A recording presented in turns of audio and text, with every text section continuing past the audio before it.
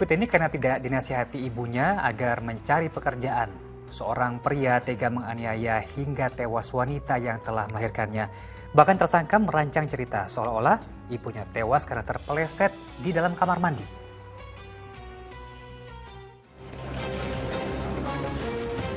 Pria bernama Dian Purnomo akhirnya terjerembab dalam skenario yang dirancangnya sendiri.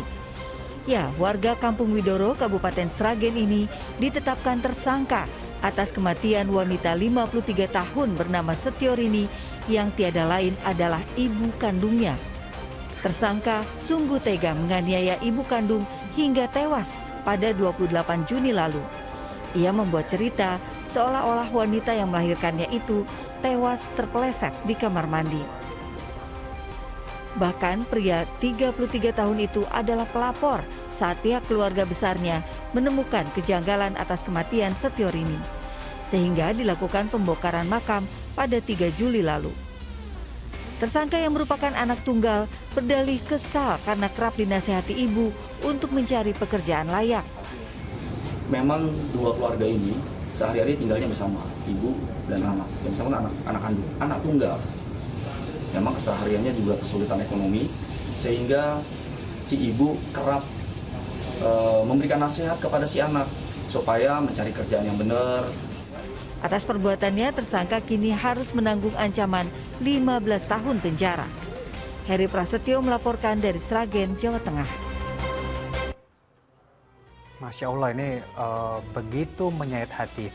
Ustaz kerap bercerita kepada kita, membunuh seorang muslim saja ini dosanya sama seperti membunuh muslim sedunia, begitu Ustaz ya. Kira-kira seperti apa nih Ustaz kalau korbannya adalah orang yang melahirkan kita? Masya Allah, la haula wa la quwata illa billah. Mas Jami, betul, membunuh satu nyawa sama dengan membunuh semua manusia yang jumlahnya tidak ada yang tahu. Bagaimana yang dibunuh adalah keluarganya, ibunya sendiri. Maka dikaitkan dengan ayat yang lain bahwa perintah Allah kepada siapapun adalah berbaik kepada Allah, kemudian kepada orang tua, dan berikutnya kepada keluarga, yaitu orang yang terdekat. Kalau perintah Allah berbuat baik kepada orang terdekat, maka itu punya keutamaan atau keistimewaan. Kata Imam Al-Ghazali, berbuat baik kepada orang tua, kepada yang terdekat, kepada saudara, itu dilipat gandakan pahalanya. Maka berbuat dosa kepada orang tua, kepada keluarga, dilipat gandakan pula hukumannya oleh Allah. Maka ini sesuatu yang tidak bisa diterima. Harusnya seorang anak berbakti kepada orang tua. Orang tua tidak ada yang tidak sayang kepada anaknya. Maka orang tua menasehati, mengingatkan kan tujuannya supaya anak itu lebih baik. Karena itu tanggung jawab moral sebagai orang tua. Anak adalah kewajibannya mengikuti. Kalau tidak setuju dengan pandangan atau nasihat ibu dan orang tua atau keluarga, sampaikan dengan baik-baik. Bahkan dikatakan di surat Luqman, kalau seandainya menyuruh kedua orang tua itu melakukan syirik sekalipun, anak tetap wajib berbakti dan mengatakan sesuatu yang baik. Kalau menolak dengan penolakan yang baik, kalau tidak setuju dengan ketidaksetujuan yang baik, jangan sampai ada ungkapan perkataan menolak dengan bahasa yang kasar, apalagi sampai melakukan perbuatan yang itu melayangkan nyawa seorang ibu yang harusnya kita bakti. Sampai Nabi mengingatkan bahwa sesungguhnya ridho Allah tergantung ridho orang tua.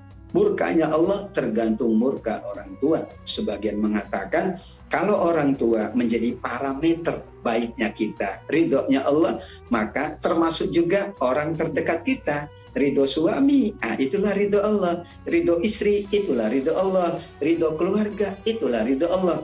Yang kita inginkan, ridho Allah selalu bersama kita. Kita hindari ucapan, perbuatan, perilaku yang mengundang murka Allah melalui orang-orang terdekat kita, khususnya orang tua kita, insya Allah. Iya, Ustaz baginda Rasul kerap mengajarkan kepada kita bahwa ibu adalah orang tua yang utama, bahkan begitu Ustaz ya. Doa dan juga nasihat ibu adalah mustajab untuk keberkahan bagi seorang anak kelak. Jadi tidak terbayangkan bagaimana hukuman dan kemarahan Allah. Tapi Ustaz, jika sang pelaku suatu saat mendapatkan hidayah dan juga menyesali perbuatannya, apakah dia masih bisa dimaafkan Ustaz? Semua dosa itu dimaafkan oleh Allah kecuali syirik besar. Karenanya kalau seseorang durhaka kepada orang tua, ada kesempatan bertobat. Orang tua menyalahgunakan amanah kepada anak, tidak mendidik dengan baik, ada kesempatan selama hayat di kandung badan. Kata Nabi, selama ruh belum ada di kerongkongan, maka ada peluang untuk bertobat kepada Allah. Namun persyaratannya lebih berat daripada dosa kecil, karena ini dosa besar. Ya, durhaka kepada orang tua atau orang tua mengabaikan amanah anak, itu dosa besar. Maka dosa besar memang berbeda dengan dosa kecil, tapi dosa besar masih berkemungkinan dimaafkan oleh Allah. Ada sebuah hadis dalam Bukhari, ya Mas Jami, bagaimana ada orang yang membunuh 100 nyawa, kalau dia sungguh-sungguh bertobat, Allah maafkan. Ada wanita ya, penzina yang memberi anjing yang kehausan, berarti dia diterima taubatnya oleh Allah.